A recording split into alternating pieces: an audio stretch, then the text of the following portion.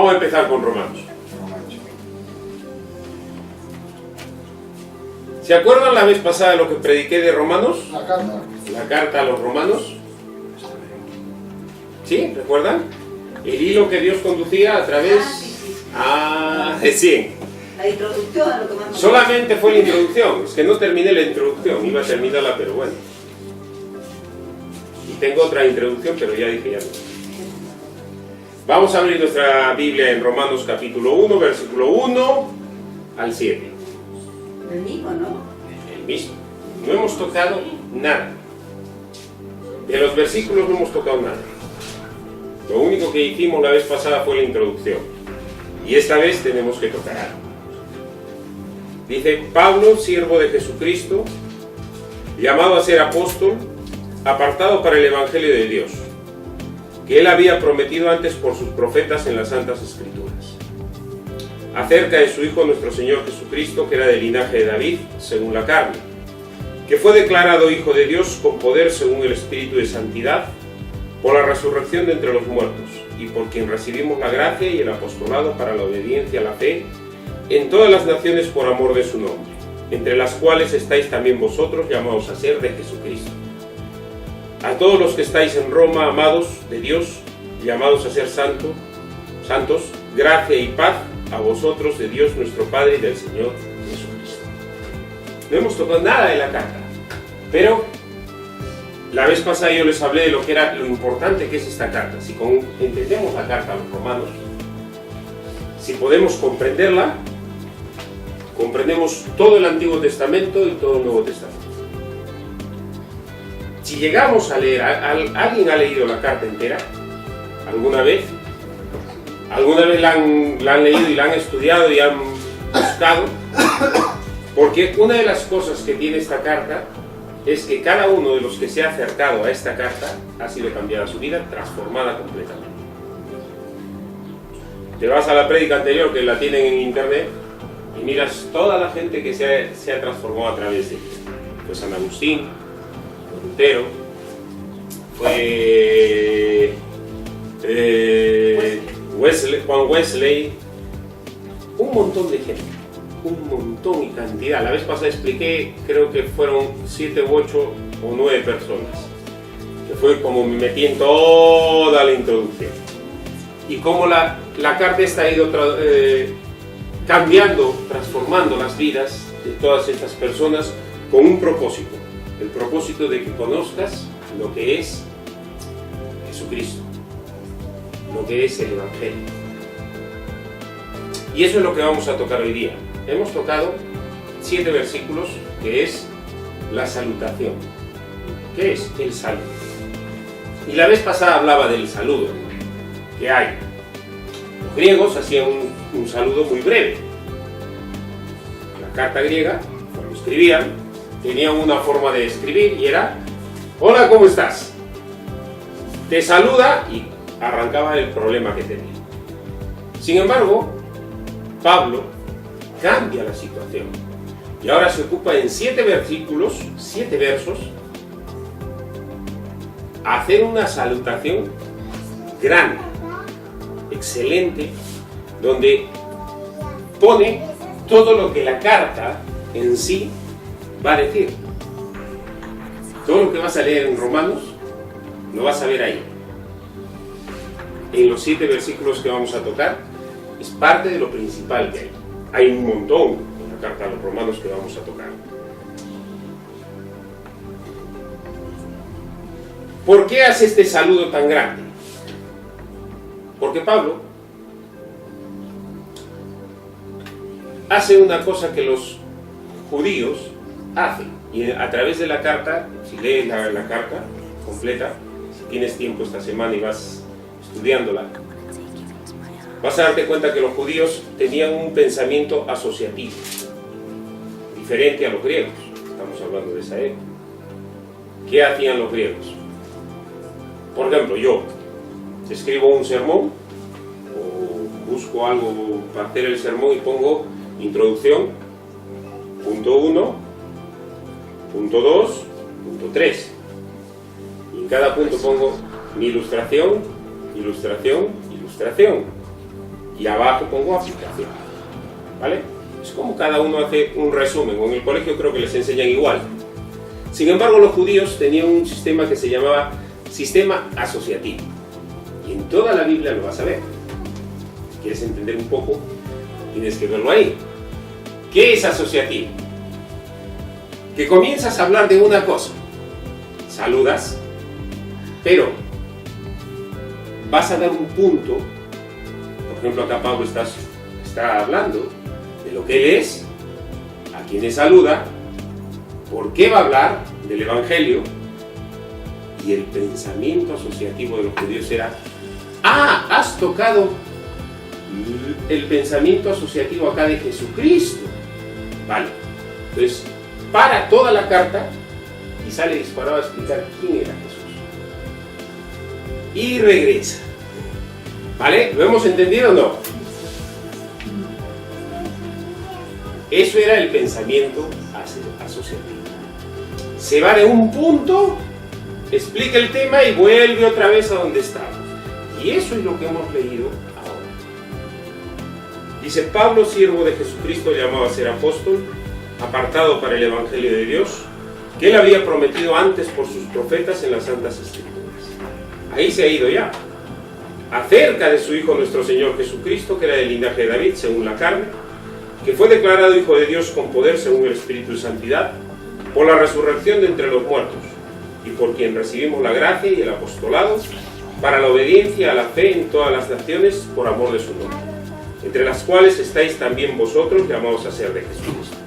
A todos los que estáis en Roma, amados de Dios, llamados a ser santos, gracia y paz a vosotros, del Dios nuestro Padre y del Señor Jesucristo. Puntos que hay que tocar hoy. Solamente estoy recordando un poquito. ¿Vale?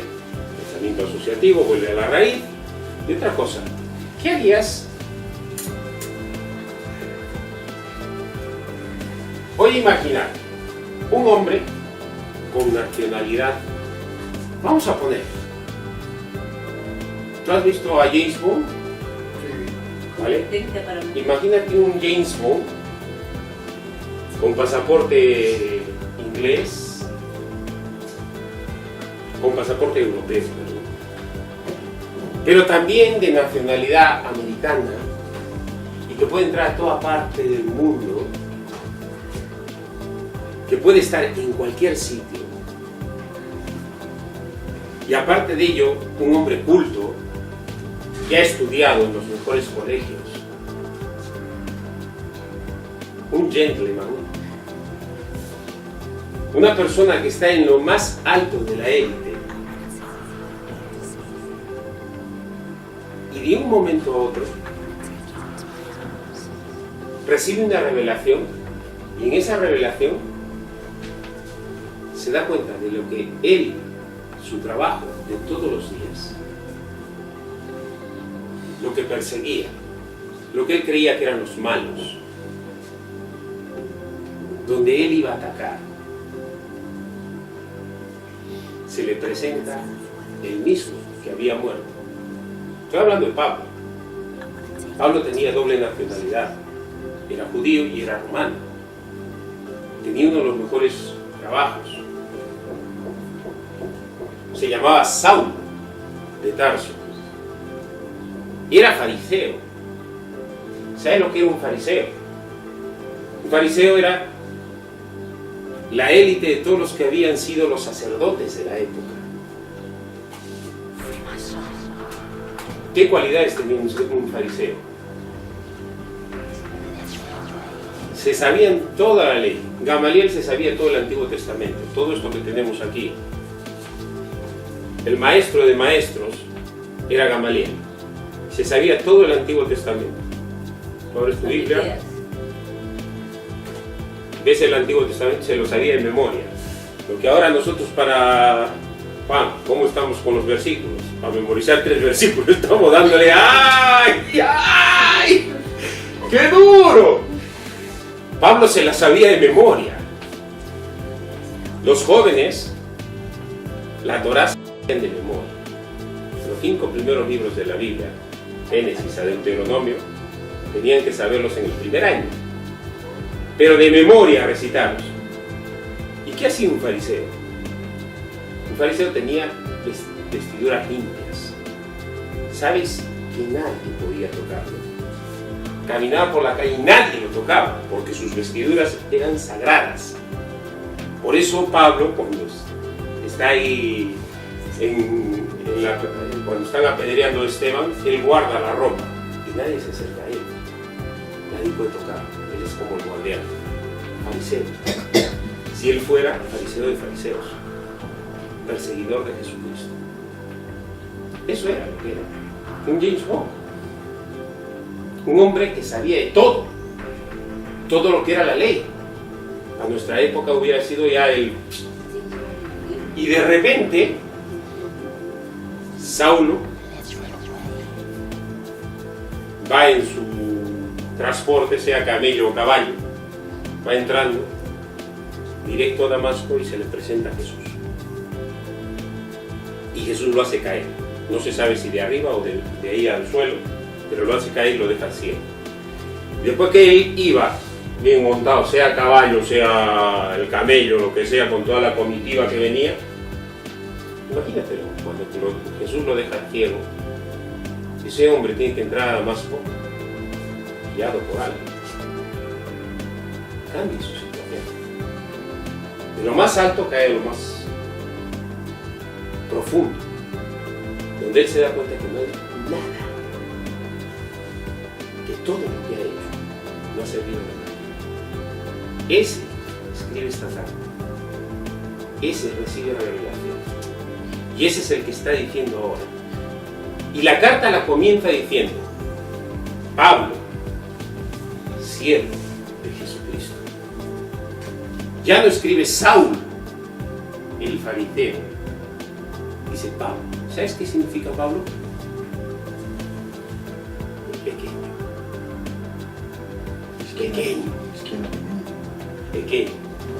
Cambia. Creen que más bien utiliza el nombre de pequeño, no por la estatura, sino porque él después le pone una palabra más: esclavo. El pequeño, el que no puede, el que no es nada, el que ahora cambia las cosas, o sea, el que ha recibido de verdad esa revelación. Y cambiamos todo, dice siervo, esclavo. Esclavo en esa época era una persona sin derechos, un instrumento, alguien que no tenía ningún poder para decidir ni hacer. No era un título en sí. No es como ahora, ¿no? Y habla más cosas, dice llamado a ser apóstol. Compara con lo de hoy en día. La vez pasada por ejemplo, me enteré que en Argentina el Consejo de los Hermanos han tenido que hacer una reunión. Todo el Consejo de Pastores de la Argentina han tenido que hacer una reunión para ver quiénes son apóstoles y quiénes no son apóstoles, porque han salido apóstoles por todo lado. Y un apóstol dice que se nombra, siente el apostolado, ha fundado iglesias y y hay apóstoles en todo lado. Aquí en España tenemos un montón de apóstoles. Y aquí Pablo está diciendo: yo, el pequeño esclavo de Jesucristo, he sido llamado a ser apóstol. Y el apóstol tenía algo básico que tenía que tener, era haber participado con Jesucristo y haber sido llamado por él. Y Pablo no fue. Aunque Pablo no estuvo con él, Pablo mismo fue llamado por él. El día que cae y lo vuelve ciego, Dios mismo dice: Saulo, Saulo, ¿por qué me persigues? Dura es dar coces contra el aguijón. Te estás dando por gusto encima. Hombre, te estás haciendo ya más daño. Y él llama y dice: soy siervo, esclavo, persona humilde. persona que es un instrumento de esta persona que tanto perseguía. Imagínate que todos los estudios de tu vida, todo lo que ha sido programado desde pequeño. Ayer anoche estábamos viendo una película de una chica que estudia para ser médico, ¿qué era? Algo de la cardióloga. El padre pone todo el interés en ella. Y ella al final se enamora de uno que había estado detenido en la policía y no sé qué, y el amor triunfa, ¿no? Esas películas que dice, y deja la carrera, deja todo lo que tenía que estudiar. A mí me hizo dar cólera ahí, la peli me hizo sentir, qué tonta, dejar todos los estudios y todo. Bueno, vale, no estamos de acuerdo, pero imagínate que has estudiado toda tu vida, para la mejor carrera, para lo mejor que puedes hacer, y tienes que ponerlo como si fuera basura. Porque él mismo dice, todo se va. ¿Y por qué? ¿Por qué una persona puede hacerlo así? Esta semana ha sido Semana Santa y hemos visto cantidad de gente que va a las procesiones, cantidad de gente que se ha lapidado, cantidad de gente que se ha crucificado, cantidad de gente de que ha cantado saetas, que han ido a ver a la estatua o lo que saquen en procesión. Y una vez a la semana, al año, recuerdan todo eso. Y los demás días del año. Y todo lo que queda, ¿sabes? Calmamos nuestra conciencia haciendo cosas. Pero no hay una transformación verídica, real. Pablo sí la tuvo. Pablo sí tuvo una transformación total. Cambió toda su carrera, todos sus estudios, toda su vida, todo lo que tenía, todo su futuro. Nosotros los sudamericanos que hemos venido aquí, a España, que venimos a Europa, venimos para cambiar nuestra vida. Y nos es fácil subir a un avión y venir aquí, y aquí la pasamos muchas veces difícil, mal, o los africanos que vienen en pateras sufren para llegar y sacar unos papeles, una situación para mejorar su vida. Pero cuando es a la inversa, cuando ya tienes ganado toda la vida y podrías trabajar de lo que mejor se te dé, ¿qué hace que una persona lo deje todo por seguir algo que no todo el mundo está convencido de que es?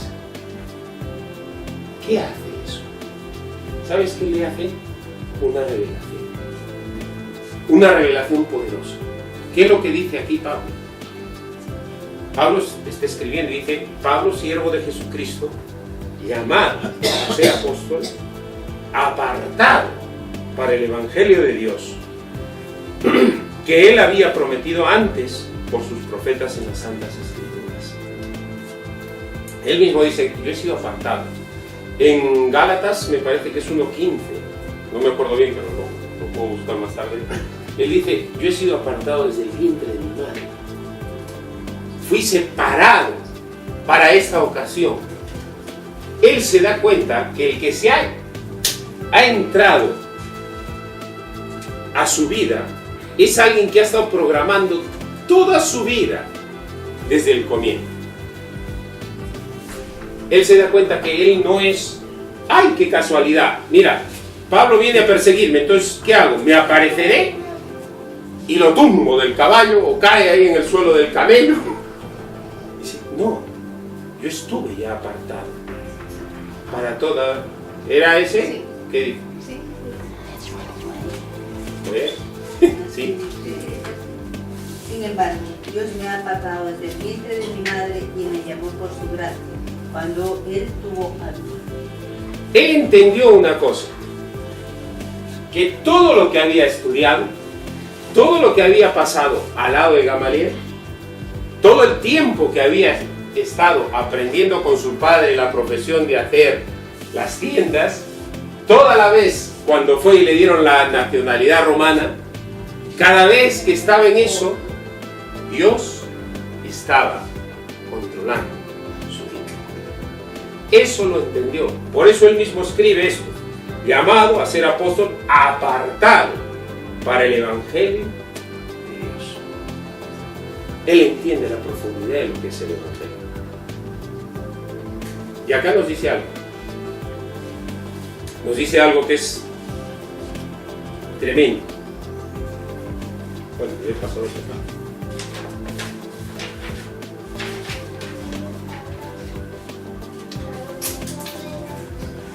Dice el versículo, apartado, el versículo 1, para el Evangelio de Dios. ¿Cuántos hemos salido a predicar? ¿Qué te motiva a predicar? ¿Qué te motiva a predicar? El amor a Dios. Pero... ¿Quién lo manda? ¿Quién lo manda? ¿Quién lo manda? ¿Sí? Y predicar es un mandato. No puedo decir que no, es un mandato. El obedecer, el mandamiento. Pero estamos acostumbrados, por ejemplo, a dar folletos, ¿no? Nosotros decimos evangelizamos y salimos y repartimos los folletos. Toma, si quieres venir. Me gusta porque me han contado que en Madrid van a hacer en la iglesia de Madrid van a hacer una campaña evangelística muy bonita. Van a poner un montón de globos. Ya han hecho los afiches grandes, estos que ponen ahí: Dios te ama, y el teléfono. Y van a hacer un montón de globos: Dios te ama y el teléfono. Y no van a obligar a nadie, los van a poner ahí: el que quiera venir y llevarse un globo, que se lo lleve, y el que quiera llevarse un folleto, que se lo lleve. Y si les da la razón ahí dentro y llaman, hablarán de lo que es Dios. Pero no van a estar dando folletos para todo el mundo. ¿Por qué? Porque van a hacer una forma diferente. Y me ha gustado. ¿Qué te llama evangelizar? La persona que se sube sobre una caja y grita. Había una época que hemos ido a evangelizar, subimos en la caja, y gritamos, y que Dios, arrepiéntete, y miles de formas de hacer. Otras de una manera, de otra. Hemos repartido CDs. En casas hemos fusionado CDs. Hemos tocado puertas, nos han puesto el pie. Bueno, hemos tratado de meter el pie nosotros. Nos han cerrado la puerta. Ha habido de todo. Miles de formas de evangelizar. Y yo cada vez que evangelizamos, me siento bien cuando salgo. Me siento bien cuando camino por la calle. Hemos dado 7 vueltas al barrio, como si fuera Jerusalén, como la de Jericó. Hemos hecho títeres, hemos hecho teatro, han estado los kinky, hemos hecho miles de cosas. Y me siento bien. Y me siento bien, y me siento... Precioso es pasar un día juntos, los hermanos, en armonía, declarar nuestra fe y decir: esto es lo que creemos, porque me encantaría que en esta Semana Santa han salido todas las procesiones, han salido las autoridades diciendo: estamos con la Virgen de tal, la Virgen de cual, el Cristo de tal, el Cristo de cual. Pero me gustaría también que salgamos nosotros diciendo: estamos nosotros, creemos en algo. ¿No? Sería bonito. ¿O no te gustaría? Cuando hemos tenido el Congreso Evangélico, el 4º Congreso Evangélico aquí en Madrid, hace ya 5 o 6 años, creo. Me gustó porque vino una representación de los antiguos reyes. Vinieron una representación, se les dio inauguraron, vino también del gobierno en esa época. Fue bonito, fue bastante bonito, porque te gusta, porque quieres, porque sabes lo que tú estás representando. Pero cuando comprendes lo que está diciendo Pablo y lo que dice el Evangelio, las buenas nuevas, no es porque te guste, no es porque Dios te lo manda, es de Dios. Y acá lo pone, dice, apartado para el Evangelio de Dios el Padre, de Dios el Hijo, de Dios el Espíritu. El Evangelio de Dios. Alguien más superior a todos nosotros está metido ahí. En las buenas nuevas no solamente es una forma de hablar, ni es una forma de captar, ni es una forma de hacer seguidores. Alguien está metido desde el principio. Y lo va aclarando más abajo, que dice que él había prometido antes por sus profetas en las Santas Escrituras. El Evangelio está en toda la Biblia. En toda la Biblia. Desde Adán ya estaba el Evangelio. Hasta el Apocalipsis está el Evangelio. Ayer estábamos leyendo, como ha empezado hoy día la pastora, diciendo de que ha salido en el periódico este, el Protestante Digital. Si quieres verlo, está la noticia ahí. Y ya tienen preparado el altar. ¿Cómo es? El altar del sacrificio. No tienen todo el templo, el tercer templo de Jerusalén, pero el altar del sacrificio sí ya está preparado. Ya lo han hecho. Ya están haciendo la vestimenta. Oh, claro, no pasa nada. Pero los que han leído un poco de la profecía saben que cuando se reconstruye el tercer templo, viene el fin. Esa es la cosa. Y en Jerusalén ya están reconstruyendo el tercer templo.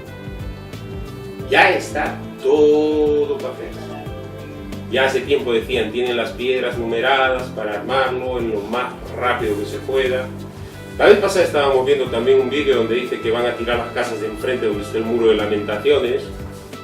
Ya está la orden dada, o sea que el día que las arrasen, construir el templo, comenzar.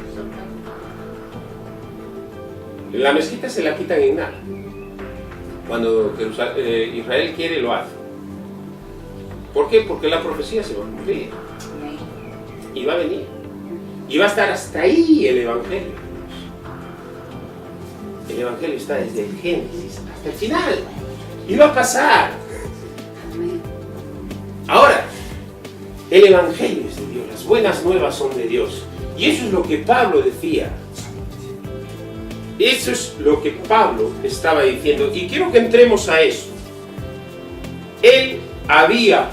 Dios mismo había prometido antes por sus profetas en las Santas Escrituras. Mira, tú sabes, cuando tú abres la Biblia y lees, por ejemplo, ¿qué quiere decir cuando los niños en la escuelita dominical les enseñamos David y Goliat? ¿Qué nos enseña la historia de David y Goliat? Vamos a la escuelita dominical y les enseñamos a los niños, ¿vale? ¿Sabes qué enseñamos hoy en día? Que con Dios todo es posible. ¿Qué más?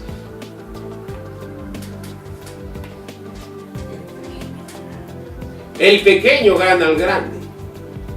Vale. Dice la Biblia que él había prometido antes por sus profetas en las Santas Escrituras. ¿Quién es David? Equivocamos las Escrituras. ¿Sabes qué enseña la historia de David y Goliat? Que Jesús viene al mundo a destruir el pecado. Simplemente eso. ¿Qué enseña la historia de Abraham y Isaac, que Dios Padre da a su Hijo. Cada sacrificio del Antiguo Testamento, cada tórtola, una palomita así que se llevaba, tenía que ser abierta, puesta y sacrificada la misma forma que moría Jesús. Cada sacrificio que había, todo marcaba a Jesucristo. Todos los profetas hablaban de ello. Y hemos tergiversado. Muchas veces lo cambiamos y a los niños les enseñamos: el pequeño puede con el gigante. No, el pequeño no puede con el gigante. No está hablando de eso. La historia de David es: Dios promete un Salvador. Josué. Cada una de las historias, la dependencia total de Jesucristo, de Dios, de la gracia. Y ahí es donde tenemos que enterarnos. Y Pablo lo sabía. Y aquí en Romanos lo comienza a escribir. Cada palabra que va poniendo está diciéndola claramente: hermanos, el Evangelio es de Dios y ya fue confirmado por los profetas. Desde ahí, miren, cuando Jesucristo entra y dice: véanla, examinen las Escrituras, ellas dan testimonio de mí. Él lo dice. Las Escrituras daban el testimonio. ¿Por qué si no? Los magos de Oriente entendieron, porque ellos examinaban las Escrituras y vieron y fueron guiados por Dios. Recibieron el Evangelio. Ellos mismos. Estaba ahí. ¿Queréis saber de Dios? Examinad las Escrituras. Están ahí. Cada cosa daba testimonio de él. Eso es lo que está diciendo Pablo aquí. Mira, que él había prometido antes por sus profetas en las Santas Escrituras. Y dice algo más. Versículo 3. Acerca de su Hijo, nuestro Señor Jesucristo, que era del linaje de David según la carne, que fue declarado Hijo de Dios con poder según el Espíritu de Santidad, por la resurrección de entre los muertos. Y el Evangelio no trata de algo. Nosotros tratamos de vender el Evangelio como algo. Las buenas nuevas. Algo. Las buenas nuevas. Algo tan bonito. Mira, si te conviertes, tu vida va a cambiar y vas a ser feliz. El Evangelio no trata de algo. El Evangelio trata de alguien. Y eso es lo mejor de todo. Toda la historia, todo lo que está escrito en la Biblia habla de alguien. Y de alguien muy, muy, muy especial. Alguien tan especial que es el único al que podemos darle honor, gloria y alabanza. Solamente trata el Evangelio de Jesucristo mismo. El único que es el Hijo de Dios. Y acá me gusta un montón lo que va diciendo. Ahí voy a parar un poquito porque me ha dicho que vaya despacio, ¿no? Vale. Voy a parar un pelín ahí.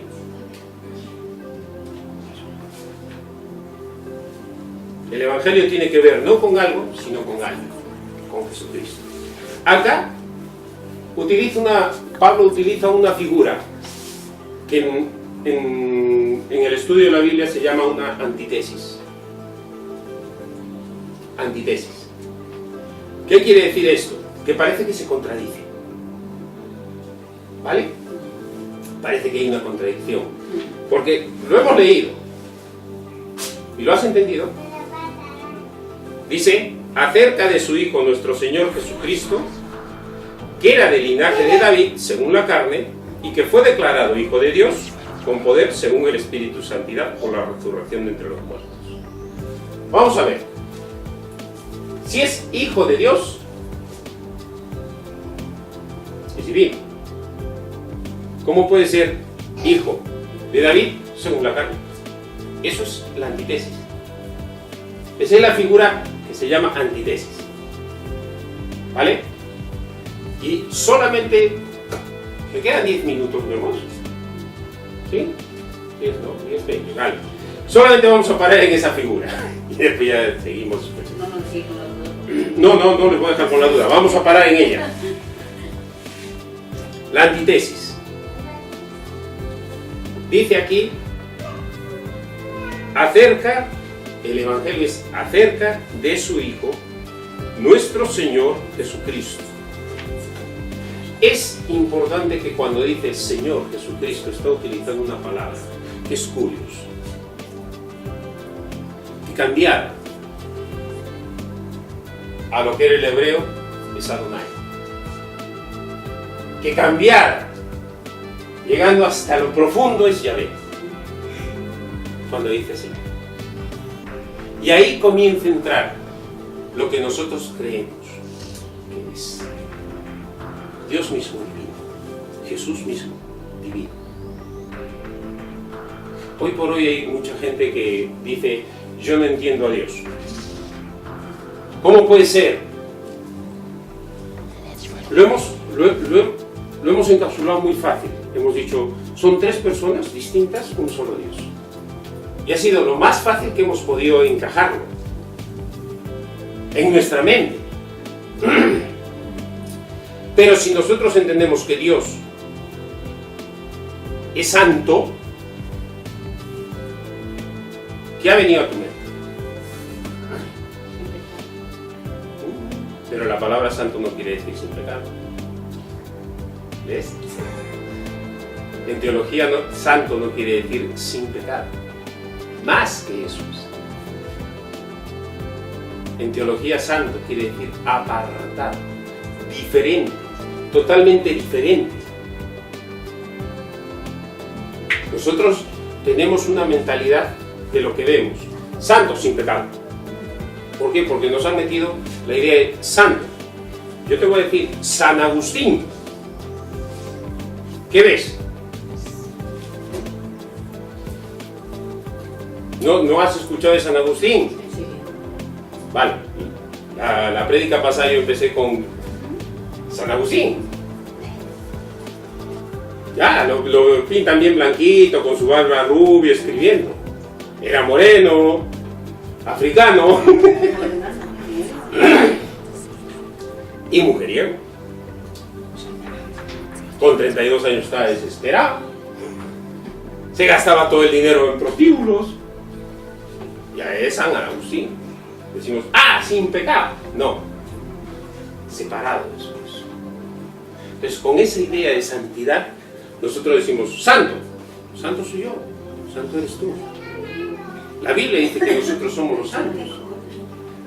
¿Por qué? Porque hemos sido separados por Dios. Apartados para su servicio. Nuestra idea de santidad es diferente.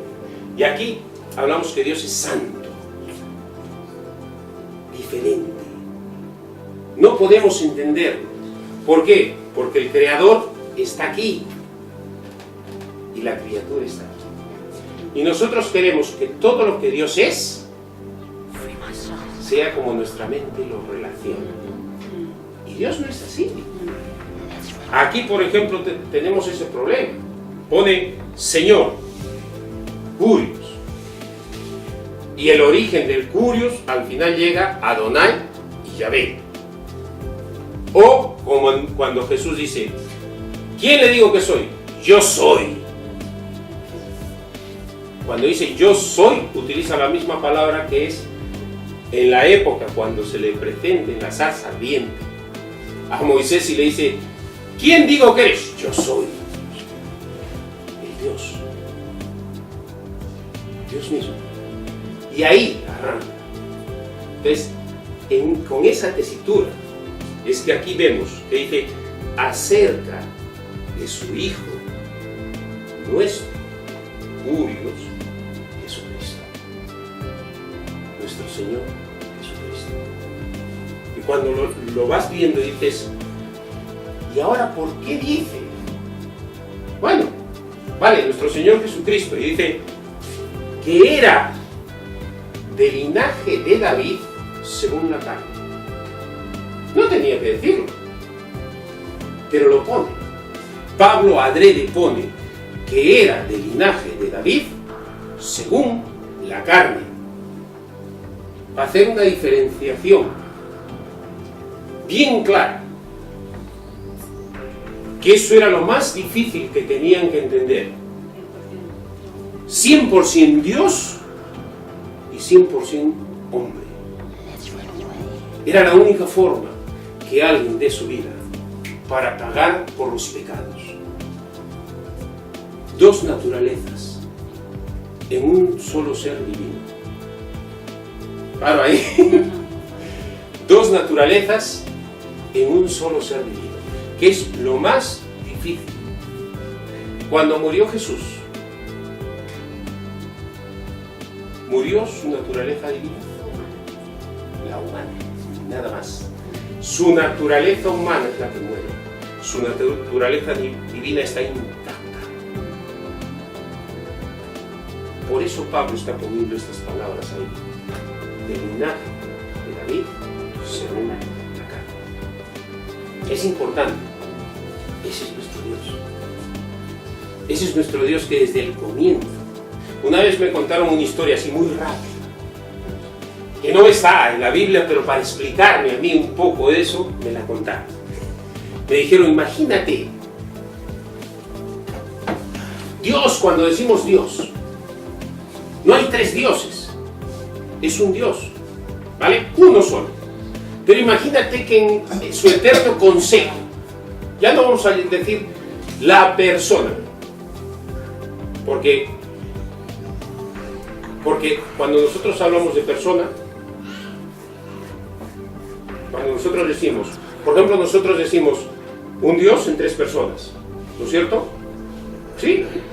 Vale, pero nuestra idea, ¿qué dice? Tres personas, Jaime, Adrián y otro más. Papá, el que tiene más poder. Jesús, un poquito menos. Vale. Y el otro pobre que le tocó lo menos. Ahora, ¿sabes por qué utilizaron la palabra persona en el concilio? En el concilio de Constantinopla la utilizan para designar las tres personas. ¿Por qué dijeron tres personas? No eran tres manifestaciones. Era por evitar eso de las manifestaciones. Justo porque Dios no se manifestaba como Padre, como Hijo y como Espíritu Santo. No. Son tres esencias. Es una sola esencia, tres diferenciadas totalmente. Sin embargo, utilizaron la palabra persona porque en el teatro no se podía, las mujeres no podían representar ningún papel. Entonces los hombres entraban y se cambiaban y hacían un personaje, salían y hacían otro personaje, entraban a cambiarse, salían y hacían otro personaje. Por esa idea usaron persona, pero no porque fueran diferentes, son diferentes, pero es un solo Dios. Me está acordando del griego que introdujo el tercer actor interpositivo. No, era por el personaje que se va cambiando y va a ser haciendo un papel diferente. Entonces, donde yo iba, a mí me explicaron que estaba el consejo de Dios. Los tres que forman el consejo, Dios mismo, un solo Dios. Dios Padre dijo, hay que crear la humanidad. Y va a caer. Dios Hijo dijo, por el amor tuyo, yo doy mi vida por ellos. Y el Espíritu Santo dijo, yo voy a acompañarlos hasta aquí. Me gustó, me lo aclaró, me dejó ahí, ¡paf! Antes de hacer el mundo. Digo, ¡wow! ¡Qué bonito! ¡Qué interesante! Me gustó. Bueno,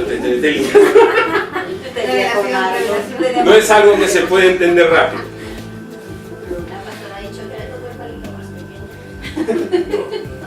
No, es que alguna vez que yo les explico que no es así, que al pobre, ¿sabes? Que toco el palito más pequeño, me tocó ir, no. Pero así. Ay, qué mal. Linaje de David,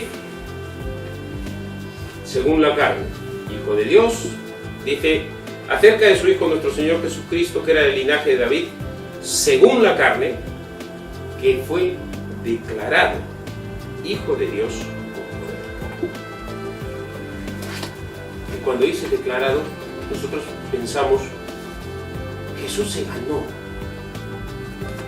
por la obediencia que tuvo, por ir a la cruz, se ganó el ser declarado Hijo de Dios. Él ya era Hijo de Dios ese tiempo. Jesús fue engendrado de Dios, no creado. Y eso es lo que creemos. Sí, eso es lo que está diciendo. Engendrado, no creado. Y eso es duro. Pero dice aquí declarado. Y la palabra está mal traducida. Porque su traducción original debería ser designado por Dios. Designado como hijo. Pero que según el Espíritu de Santidad fue designado con poder. Hijo de Designado. Pero no queda ahí. Porque muchos testigos de Jehová se aprovechan de ese versículo para decir, ah, es que el padre tuvo un hijo con menos poder y lo designó. La siguiente palabra, designado con poder.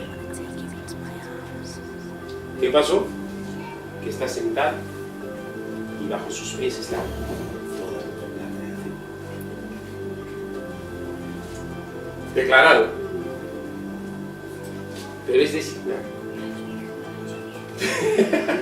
La mía también está.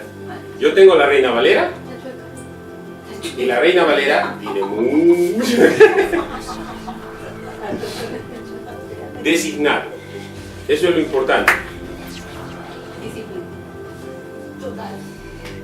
Jesús no es como ningún otro hombre. Es singular. No hay otro como él. Es hombre y es Dios. Vino al mundo como hombre, concebido milagrosamente, tuvo una vida normal hasta los 30 años, en su casa, con su padre y todo, y fue declarado. Hay una corriente que dice que se llama adopcionismo, y eso si quieren apúntenlo porque van a ir viendo. ¿Qué es adopcionismo? Que Dios adoptó a Jesús como su hijo. Y de ese adopcionismo vienen los testigos de Jehová, vienen un montón de corrientes. Jesús ha sido hijo eternamente, no ahora, desde el principio. Fue el Padre y el Hijo, no, y el Espíritu Santo. No es que ninguno de ellos apareció, sino que siempre. No hay un momento que el Hijo fuera hecho hijo de Dios. Fue hijo de Dios siempre.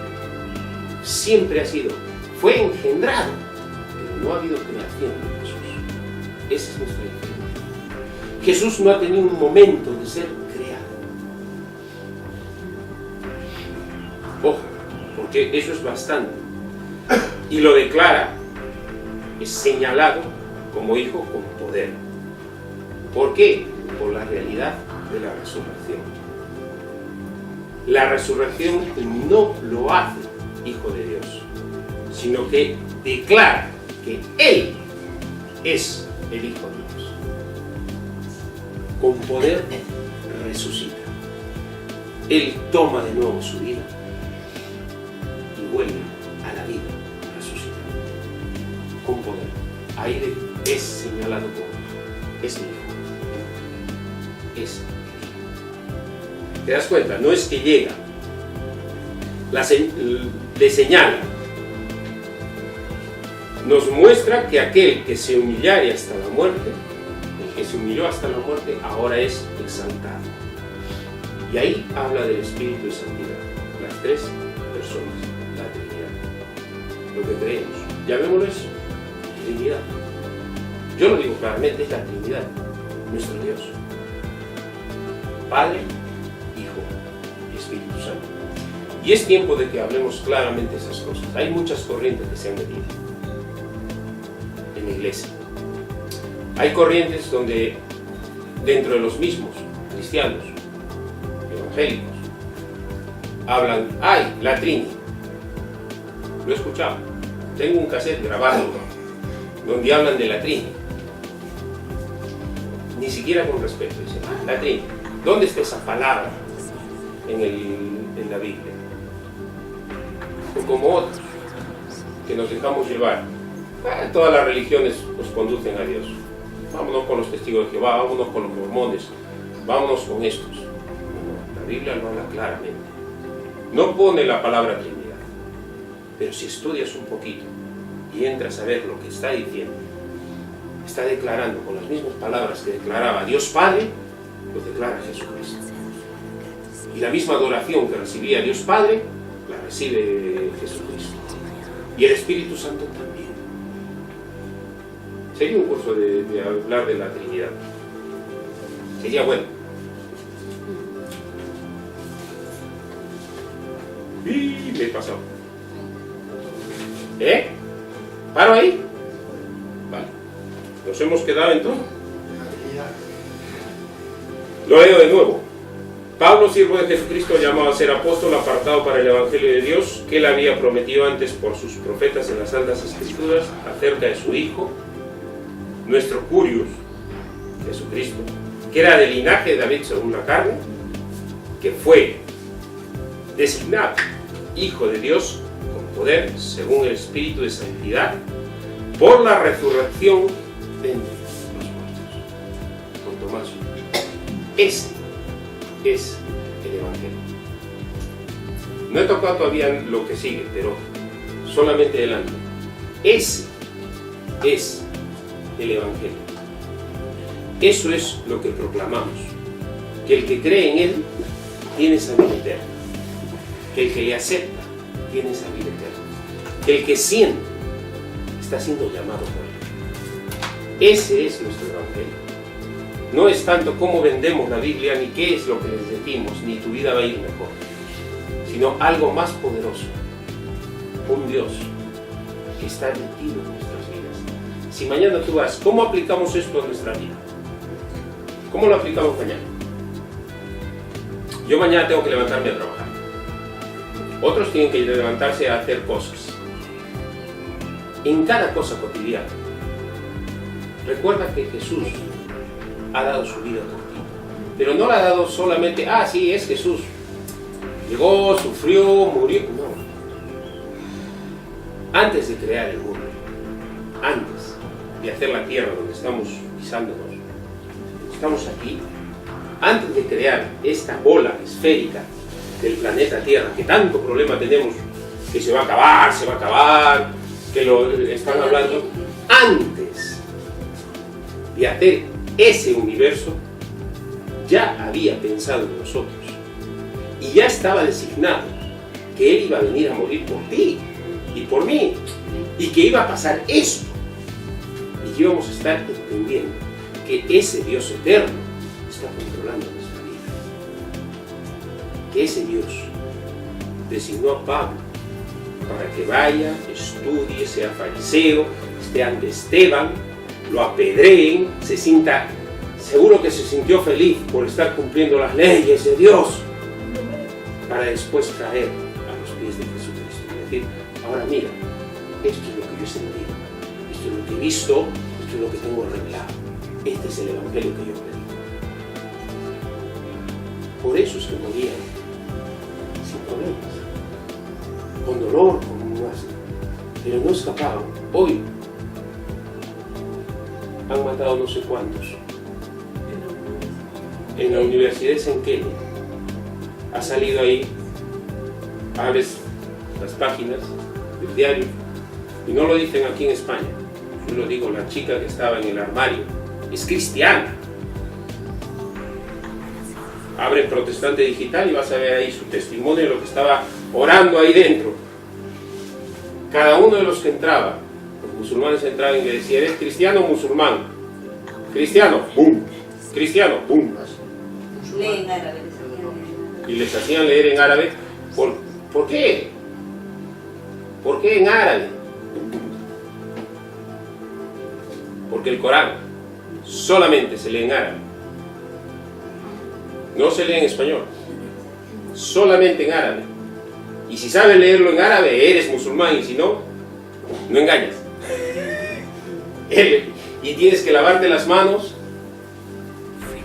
y no puedes haber hecho pis de pie.